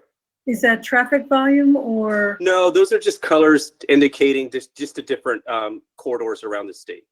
Okay. So for instance, the yellow on the key there, yes, it's kind of small here, but it identifies San Diego and Mexico Inland Empire. So that's a corridor within itself. So that's a corridor that's focusing a lot on goods movement, right, between the border and San Diego. That brings me to my question.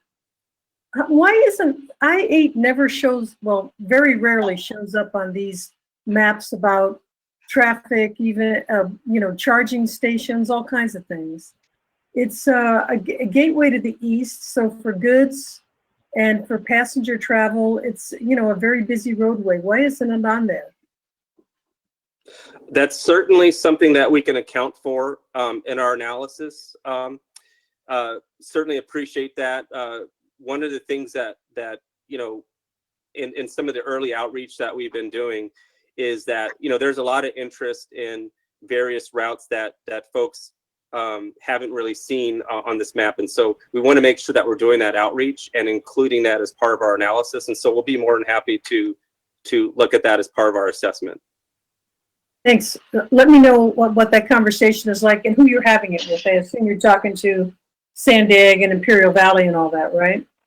Yeah, we will be holding these workshops with the RTPAs, at Rural County Task Force, and other stakeholders. Thank you. Be more than happy to circle back around. Thank you. Thank you so much. Next, Executive Director Mitch Weiss. Brandy, can you put up the slide with the timeline? So Marlon, what's the timeline for the ITIP and how will this inform the 2022 ITIP? Yeah, good question. So on the ITIP, my understanding is that will need to be adopted by March of 2022 for the 2022 ITIP. And so really what the thinking here is we're going to be further enough in the plan as we're developing the 2022 ITIP to bring to the commission. I think we'll be further enough along in the plan where we can really have some of the priorities that we're discussing in the plan to drive some of the decision making as part of the ITIP development. So that's really the thinking. So I think that the ITIP is due to us in December, the draft in November. So it seems like if you get significant comments, you're not going to have time to incorporate, though. If you have significant comments on the ITSP, that's not really going to be able to inform the ITIP, because really you're going to have to finish your draft ITIP in August probably. So I'm just questioning whether you're going to have any opportunity to use the public comment on this to inform your 2022 ITIP in any meaningful way. So I find that a little concerning. Yeah, no, I appreciate that comment. We are working closely with our division of financial programming to really make sure that the scheduling between the ITIP and the ITSP are synced up. So we'll definitely take that into consideration. Appreciate your feedback on that. Thank you. Okay. Well, thank you. I appreciate that. We see no other comments and we see no public comments. So we'd like to move on to item 22, update on Executive Order N7320, State Broadband Action Plan Development. Good afternoon, Madam Chair, Commissioners, and members of the public. Item 22 is an information item. I would like to welcome Lori Pepper, California State Transportation Agency, Deputy Secretary for Innovative Solutions, and Elizabeth Dewar, Caltrans Broadband Facilities Coordinator. They will provide a high-level presentation on Executive Order N7320 and the State Broadband Action Plan. First, we'll hear from Lori. Welcome, Lori. Thank you. I appreciate it. So thank you, Chair Norton, Vice Chair Alvarado, CTC Commissioners for inviting me here today. We can move to the next slide. I'm Lori Pepper, and I am the Deputy Secretary for Innovative Mobility Solutions at the State Transportation Agency. One of the programs within my portfolio is broadband deployment. So I work with the Caltrans broadband team, and I also sit on the California Broadband Council for Secretary Kim. Last November, Governor Newsom announced a Broadband for All initiative to close the digital divide in the state. In August, the governor released Executive Order N7320 as part of that effort, which directs certain state agencies and departments to work together to help facilitate deployment and adoption of broadband services throughout the state.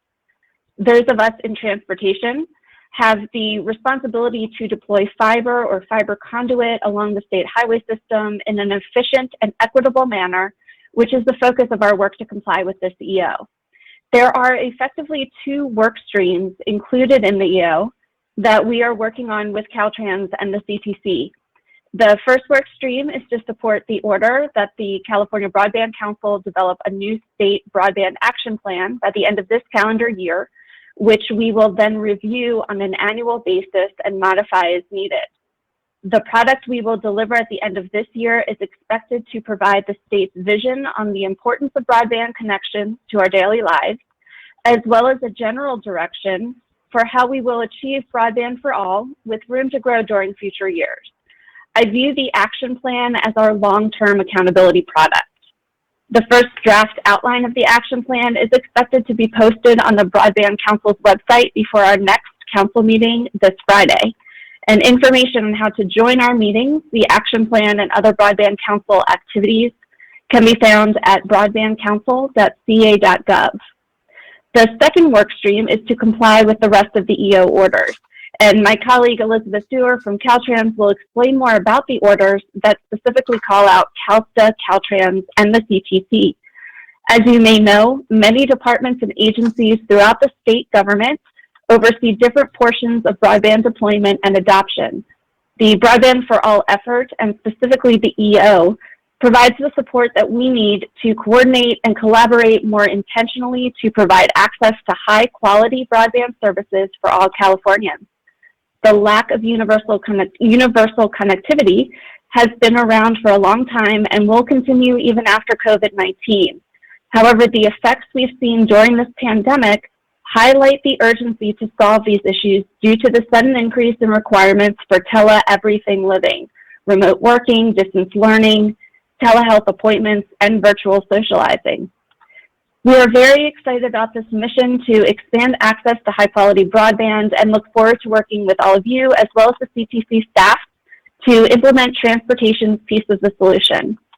So thank you again for the opportunity to present here today. My colleague Elizabeth Dewar from Caltrans will provide some additional details, and then we are happy to answer any questions. Thank you very much. Oh, thank you very much. Please go on with your presentation. Thank you. Oh, thank you, Chair Norton. Thank you, Deputy Secretary Pepper, and thank you, Commissioners, for the opportunity to be here today to share information on Caltrans broadband efforts. As you know, Caltrans is the steward of over 50,000 miles of state highway system, an infrastructure that presents a great opportunity for partnership when digitally connecting communities across California. To support this effort, the Caltrans Broadband Facilities Coordinator position was specifically created to address broadband coordination at a statewide level, working with internal and external stakeholders for a strategic approach to deploying broadband. I'm happy to be serving in this position and helping to facilitate broadband installations on the state highway system right-of-way. There are a couple ways that Caltrans participates in broadband deployment. This includes facilitating industry standalone projects through the encroachment permit process. In addition to permitting, Caltrans also invites partnership by industry during our own projects. One of the great benefits of coordinating with service providers is that we can dig smart rather than having multiple projects in the same location. Caltrans has developed and maintains a broadband website which contains resources and information, including guidelines for incorporating broadband on the state highway right-of-way, FAQs, an opportunity map, which is a GIS map of proposed transportation projects on the state highway system to share opportunities for partnerships to install broadband where we are already doing transportation projects. We have a list of Caltrans district contacts who can assist on a local level. And we have links to encroachment permit process resources.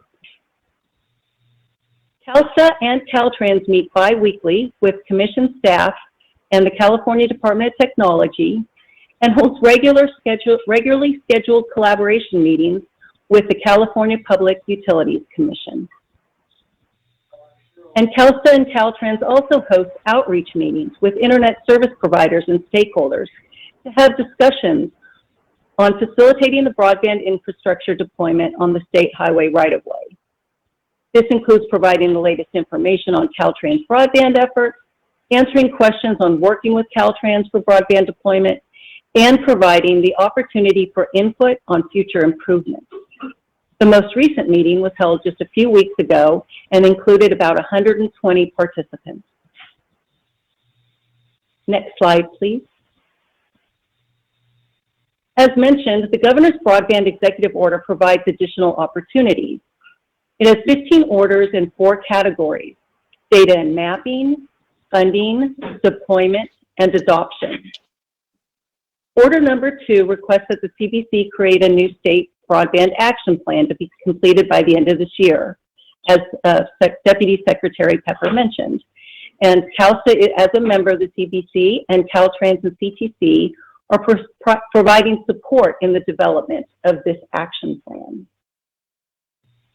Order number 3 is for the CPUC to lead data aggregation and mapping efforts in collaboration with CalSTA and other relevant state agencies, local and tribal governments, and regional consortia. These efforts are to address locations without broadband access, information on public and private broadband networks, state-owned infrastructure and rights-of-way, the cost of deploying various middle and last-mile network components, and information to support the development of local broadband infrastructure deployment and digital equity plans. So Caltrans will be participating by providing that state-owned infrastructure and rights-of-way data to the CPUC for their mapping effort.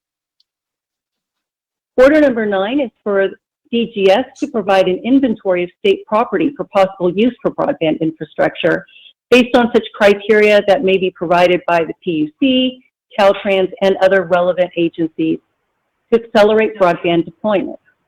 This effort is being kicked off next week. Next slide, please. And lastly, order number 7, in which CalSTA and Caltrans are directed to work with the CTC to identify and incorporate the installation of conduit and/or fiber into all appropriate and feasible transportation projects along strategic corridors. Towards this effort, we are continuing to investigate strategies and develop policies that improve broadband coordination including a Dig Smart policy. We're reviewing SIP and SHOP projects to identify those that appear to be good candidates for projects for broadband and fiber installation and determine their feasibility. And we're also working with commission staff to identify funding opportunities for conduit and other fiber deployment. Funding is still under consideration and will follow all regulations, state law, and statutes. Next slide, please. I want to thank you for your time today. And as Deputy Secretary Pepper mentioned, both she and I are here to answer any questions that you may have. Thank you, Commissioners. Thank you so much for the voluminous amount of work you've been doing in this regard. Thank you. It's really, it shows. Are there any comments from commissioners? Is there any public comment? Okay. Commissioner Martinez, I see your hand up. Thank you. And I will be brief. I understand. I'm looking at the time here. We've been here for several hours. I just wanted, to understand as we move towards the infrastructure for fiber and looking at all transportation projects, definitely those would be ideal for those strategic corridors. And we obviously don't know what those strategic corridors are, what they are at this present time. But one of the questions that I had as a former elected and also as a former president of SCAG, I really moved forward towards open data and big data and really push our initiative to move local communities into, putting fiber into their infrastructure projects, not just transportation, but all infrastructure. And one of the issues that I believe, and I hope we're able to interconnect this, is that the issue to access is the infrastructure of putting that fiber, but also the access of ensuring that there is a network. And unfortunately, because of the current state laws, local municipalities and or local agencies are unable to move towards doing their own fiber networks and or broadband, and that has caused, I think, a lot of issues at the local level in providing access. I understand the competition with the private sector, but I think it's imperative as we move forward and we see this divide, especially during this pandemic. It's going to be great that, we're moving forward from a transportation perspective to be putting that conduit and that fiber underground. It costs a tremendous amount of money. But the other part, and is again, connecting these dots to ensuring that at the local level, there will be enough access to ensuring that these, especially communities of color, have access to this broadband, not just the fiber, but the actual internet, so that they can get on. And so I think it's important for us to understand what that's going to look like, but more so in regards to those corridors, those strategic corridors that you all are talking about. At what point will you be able to provide us a list of what those corridors may be, and what's the determination of what those strategic corridors are going to be? Thank you. Thank you, Commissioner Martinez. You brought up some really great points. I think on your first point about adoption and being able to offer the service at a certain level, at this point in our process, everything is on the table. I think we are just within the Broadband Council, the state library, the PUC, they are looking at those issues. And so, as we're kind of working through, we'll see how that pans out. I think, the concept of municipal Wi-Fi is obviously a very sensitive one, but we will give it the due diligence in the council, I'm sure. As far as the strategic corridors go and identifying what those are, and we don't have an exact timeline as of right now, but we have regular coordination meetings with the PUC because they have the data. Caltrans has signed an NDA with the PUC so that they can share that data and try to come up with that and try to layer that on top of the regional consortia strategic corridors that they've come out with. And then, as we kind of continue moving forward, we're trying to see how much data we can get, how much information can we throw up on, Caltrans website, to show where those opportunities are. And then I'm sure Elizabeth will want to talk a little more, but she brought up something yesterday that was really important, that it's a two-way street. It's not just putting up opportunities and having the ISPs come to us. It's us also going to them and saying, hey, we need you to deploy in this area as well.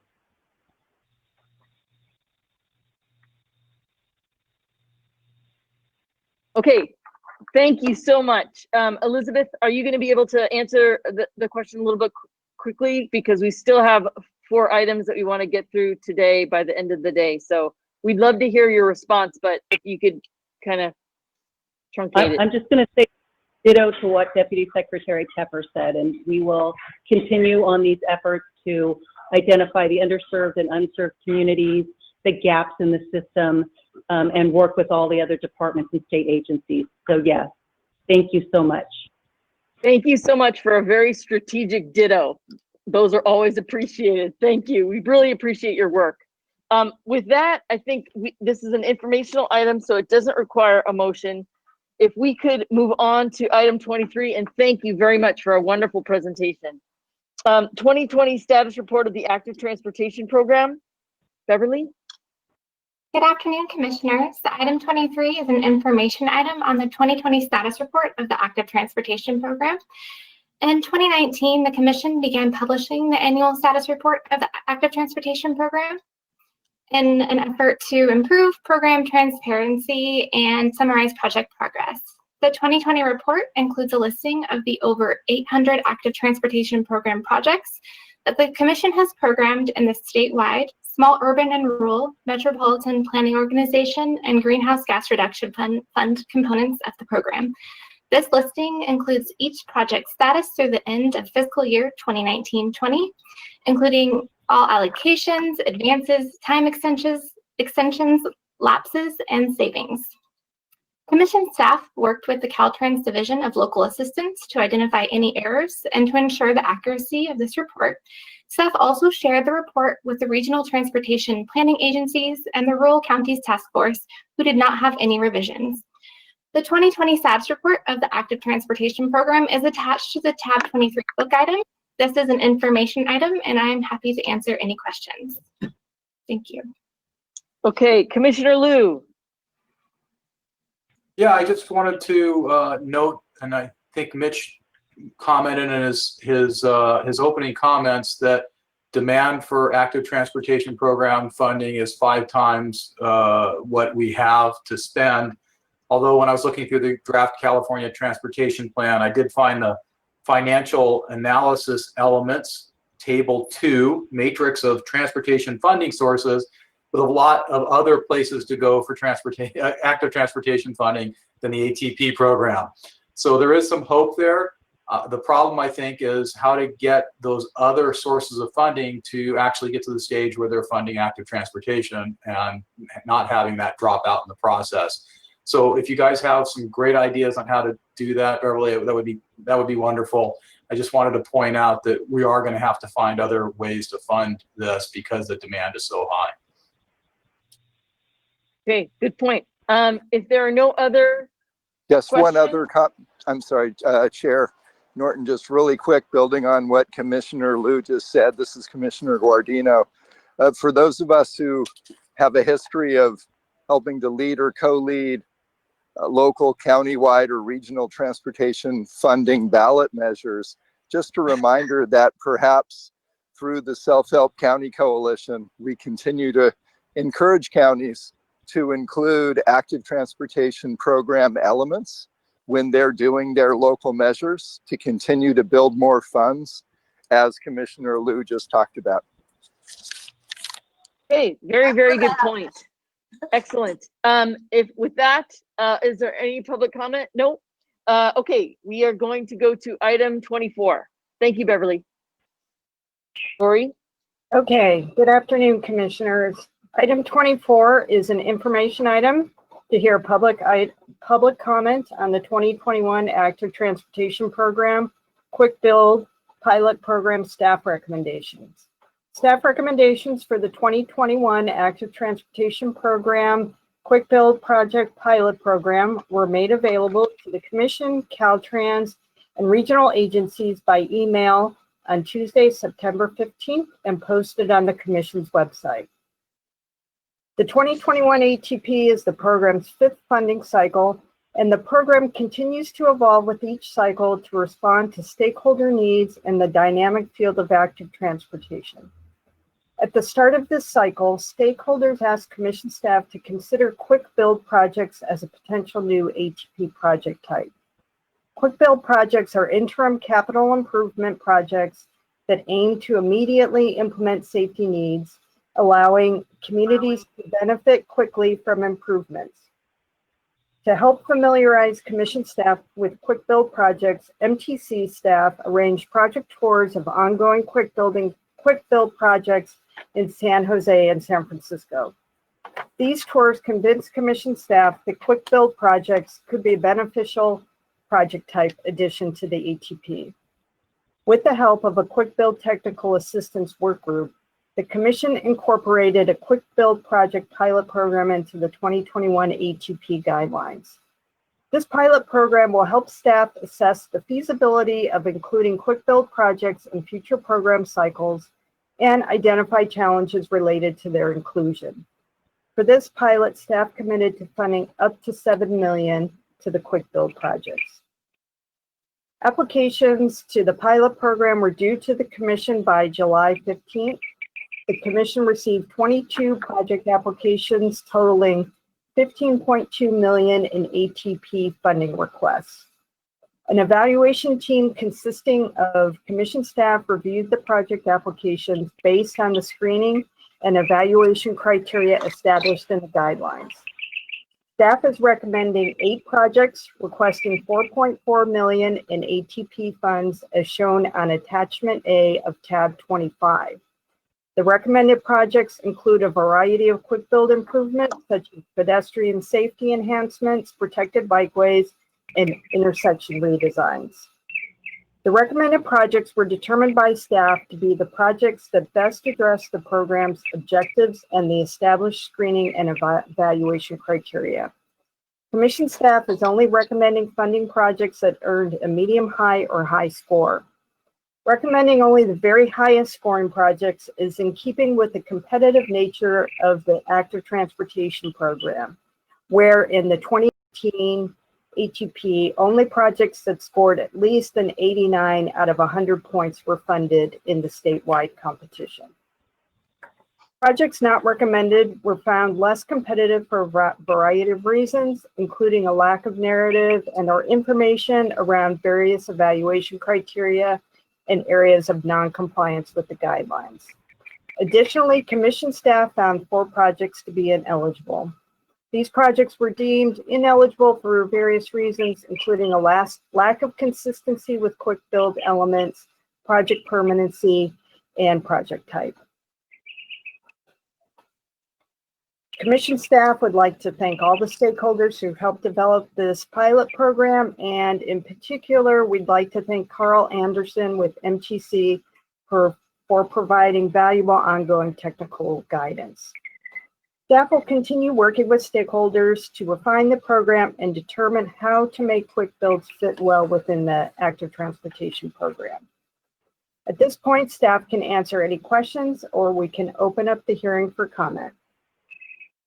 Thank you. We have 3 public comments, so let's have those public comments first, and then we'll have comments from commissioners. Thank you, Chair Norton.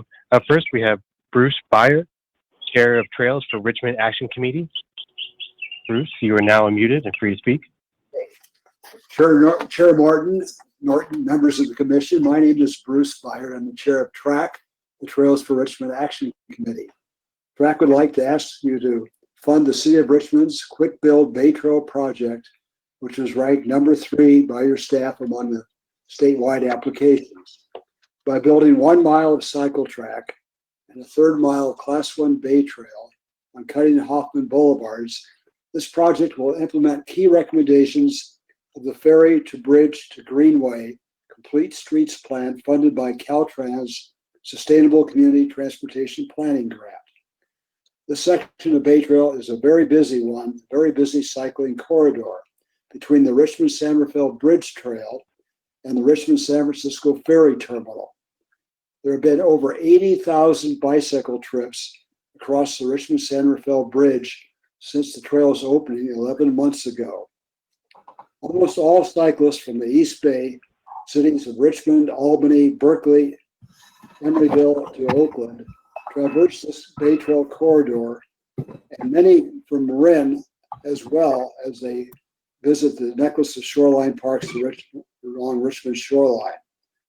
Please approve the City of Richmond's Quick Build Grant to make cycling safer and more attractive on this busy spine of the San Francisco Bay Trail. Thank you very much. Thank you. Next public comment. Up next, we have Tafik Halabi. Tafik, you are now muted and free to speak. Good evening, Honorable Chair Norton and esteemed members of the Commission. My name is Tafik Halabi, and I am a senior civil engineer in the Public Works Department in the City of Richmond. I'm requesting the allocation of this funding as recommended by Commission staff.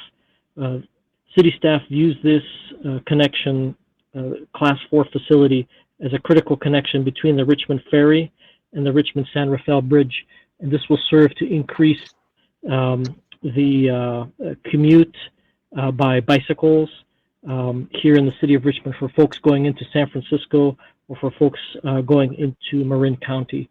So I'm speaking out in support of this recommended action by the Commission staff. Thank you. Thank you very much. Next public comment. Up next, we have Tom Butt. Tom, you are now muted and free to speak. Hello, can you hear me? Yes.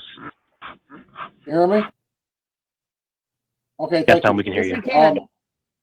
Okay, Tom Butt, Mayor of Richmond, and I want to express my support also for the City of Richmond's active transportation quick build grant proposal on the Bay Trail Bikeless and Pedestrian Safe Connections quick build project.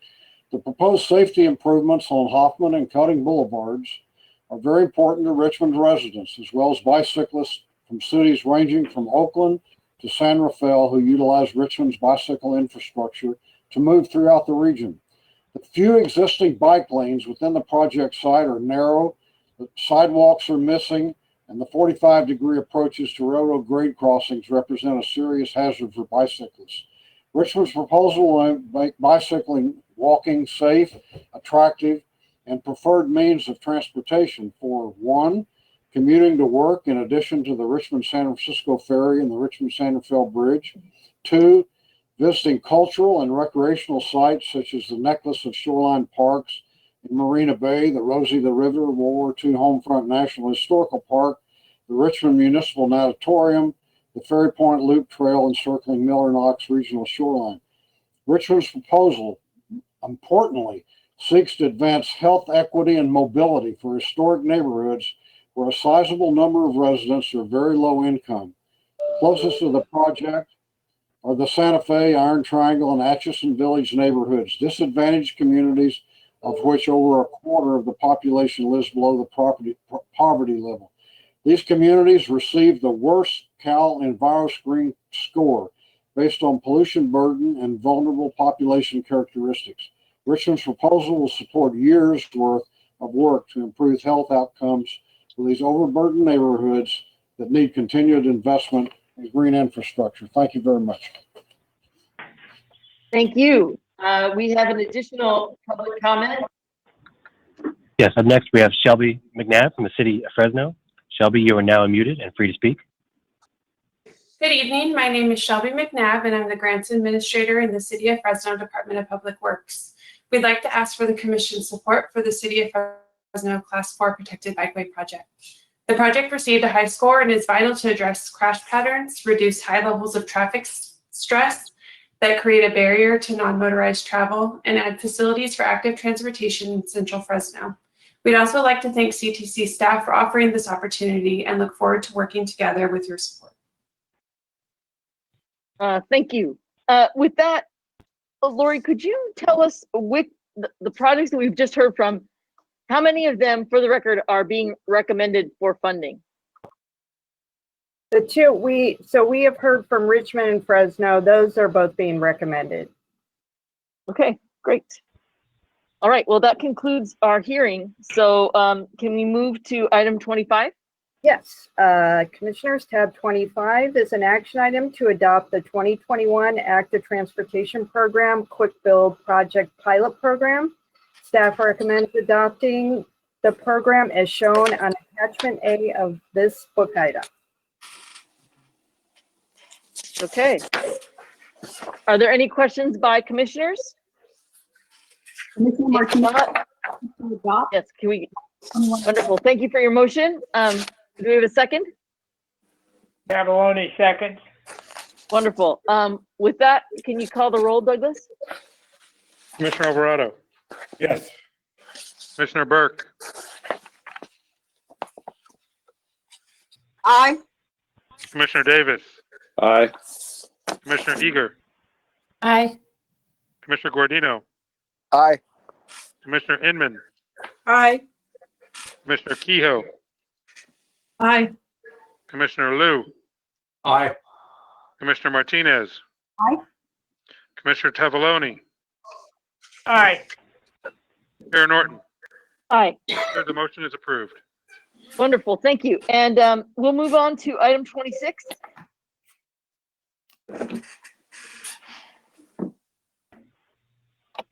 Is Zach Taylor ready to present the adoption of the Apologies. fiscal year 2020? Yes, I Great. am. Thank you. Good afternoon, Commissioners. Item 26 is an action item of the fiscal year 2021 local streets and roads subsequent report of eligible cities. At the August 2020 meeting, 18 cities did not provide a complete project list and resolution to the Commission by July 15, 2020, in accordance with the statute and the Commission's adopted 2019 local streets and roads funding guidelines, and therefore were not included in the initial eligibility report. The subsequent eligibility report reflected in attachment B, all 18 cities have met the necessary eligibility requirements prior to today's actions. Staff recommends the adoption of the fiscal year 2021 local streets and roads funding subsequent report of eligible cities as provided in attachment B, and to direct staff to transmit the subsequent list of eligible jurisdictions to the state controller. This concludes my talking points, and thank you. Move. Thank you very much. Okay. Move Do we have a approval. second? Thank you, Commissioner Burke. We have your motion. Second, Commissioner Davis. Wonderful. Douglas, can you please call the roll? Commissioner Alvarado, Yes. Commissioner Burke, Aye. Commissioner Davis, Aye. Commissioner Eager, Aye.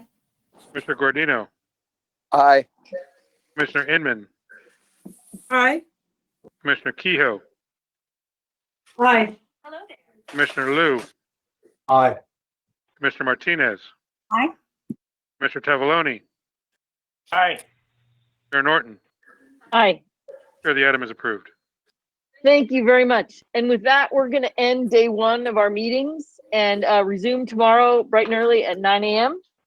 We look forward to taking up the rest of our agenda, and thank you very much for your time today. The meeting is adjourned for today.